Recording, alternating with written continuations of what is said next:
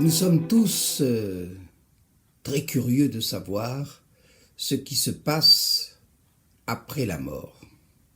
Jésus soulève un petit peu le voile de ce qui se passe après la mort.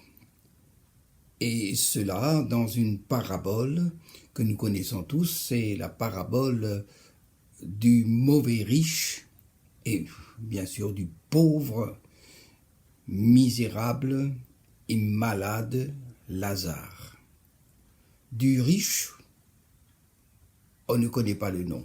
C'est très curieux parce que les riches impriment toujours de leur nom leur entourage. Par contre, le pauvre, il s'appelle Lazare, et Lazare, ça veut dire Dieu m'aide. Alors, je voudrais simplement rassembler quelques éléments à partir de cette parabole qui nous intrigue.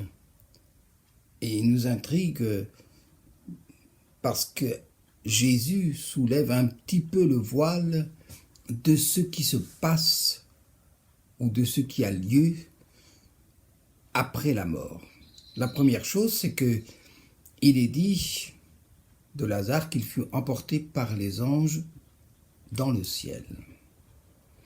Et que Lazare fut enterré, c'est-à-dire qu'il reste dans le Sheol, il reste, je dirais, dans le séjour des morts. Mais par contre, de Lazare, on ne dit pas ce qu'il vit dans le ciel. Par contre, du riche, on nous dit précisément tout ce qu'il n'a pas fait. Il n'a pas considéré la souffrance de Lazare. Il a été indifférent. Ça, c'est un point important. Et puis, on ne peut pas non plus dire que il est là dans cette situation. On ne sait pas d'ailleurs si cette situation c'est celle où il est tout de suite après la mort ou si c'est celle déjà où il est après le grand jugement ou le jugement dernier. On ne sait pas. C'est pas précisé, mais peut-être que les deux se sont télescopés. Peu importe. La Bible nous renseigne sur ce qu'est le Sheol. Et le Sheol, par exemple, dans le livre de l'Ecclésiaste, au chapitre 8, verset 14, je lis « Il est une vanité qui a lieu sur la terre, c'est qu'il y a des justes auxquels il arrive selon l'œuvre des méchants, et des méchants auxquels il arrive selon l'œuvre des justes. Je dis que c'est encore là une vanité. » Autrement dit, ce que ça peut se traduire d'ailleurs autrement. Heureux des justes qui reçoivent en ce monde ce que récolteront les méchants dans le monde à venir. Malheur aux méchants qui reçoivent en ce monde ce que les justes obtiendront dans le monde à venir. Alors là, il n'est pas question du pauvre, de riche, mais des justes. Les justes, ce sont ceux qui ont reçu Jésus, qui ont cru en Jésus, qui ont mis leur confiance en Dieu. Toujours dans le chapitre 9 de l'Ecclésiaste, « Tout ce que ta main, verset 10, trouve à faire avec ta force, fais-le. Car il n'y a ni œuvre, ni pensée, ni science, ni sagesse dans le séjour des morts où tu vas. » Autrement dit, dans le séjour des morts, tu ne peux plus rien faire. Tu ne peux plus rien faire. Tu ne peux pas te repentir. Et c'est le cas de ce riche, il ne peut plus se repentir. Il ne peut plus changer quoi que ce soit à son existence, à sa vie. Les dés sont jetés. Il n'y a plus aucun espoir. C'est pour ça que là, on s'aperçoit que prier pour les morts, c'est vraiment perdre son temps. Et sur ce point, cette parabole nous interpelle parce qu'elle nous dit qu'il n'y a aucune relation entre ceux qui sont dans le tourment, dans ce shéol, dans cette géhenne, pour reprendre l'expression de Jésus, dans cette espèce de poubelle de lieu de détritus, et qui souffrent. Par contre, ils souffrent. Ce qui est sûr, c'est que dans ce lieu où on ne peut rien faire pour changer soi-même sa situation, pour évoluer, se transformer, non, tout est figé, c'est simplement la souffrance. Il y a un lieu de souffrance. Et la Bible appelle ça aussi le châtiment. C'est le châtiment. On ne sait pas trop ce que recouvre ce terme, ce que ce sera. Mais c'est épouvantable, c'est effrayant.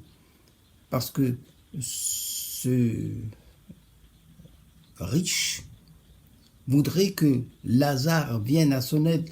Maintenant, eh bien, il constate que Lazare était près de sa porte et qu'il n'en a jamais fait cas. Il s'en est jamais occupé, préoccupé. Il était complètement indifférent à sa souffrance. Et maintenant, eh bien, lui, il souffre à cause de cela. On ne peut pas non plus dire que ce riche a été coupable de grands péchés. Mais ne pas aimer, même les pauvres, même le pauvre Lazare, dont le nom signifie Dieu aide, eh bien c'est grave. Et que tout se jouera sur ce plan-là. As-tu aimé? As-tu aimé? As-tu été miséricordieux? As-tu été charitable? Parce que Jésus est venu, et il est venu pourquoi? Pour nous manifester l'amour de Dieu, et que l'amour de Dieu vienne dans notre cœur. Et c'est pas simplement pour que nous soyons heureux, non. Non, c'est pour que nous manifestions cet amour aux autres. Et c'est ce qui a manqué à ce riche. Ça ne veut pas dire que les riches n'iront pas dans le royaume de Dieu. Abraham était riche, mais il aimait Dieu. Et il aimait aussi ceux qui étaient autour de lui. Alors, on constate qu'il n'y a pas de communication entre ceux qui sont dans ce lieu de tourment, ce shéol, cette géhenne, pour reprendre l'expression de Jésus,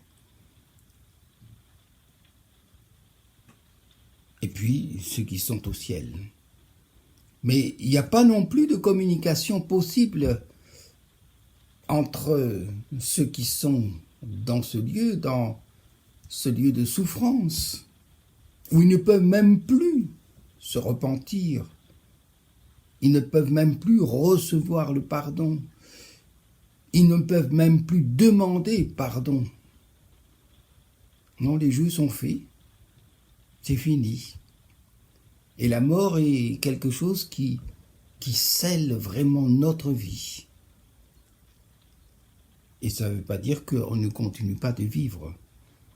Par contre, ce qu'il y a, c'est que dans ce lieu-là, on souffre. Et quelle souffrance! Et la conscience est pleinement consciente de cette souffrance. Alors, comment comprendre cette parabole? C'est simplement comme un avertissement. Jésus avertit ses contemporains, en particulier les pharisiens, les sadducéens, les juifs, comme les appelle l'Évangile. Et ça ne veut pas dire que c'est eux et seulement eux. Non, ça peut être même des gens catholiques, protestants, chrétiens, évangéliques. qui adopte la même attitude, qui dit « Moi, je suis béni.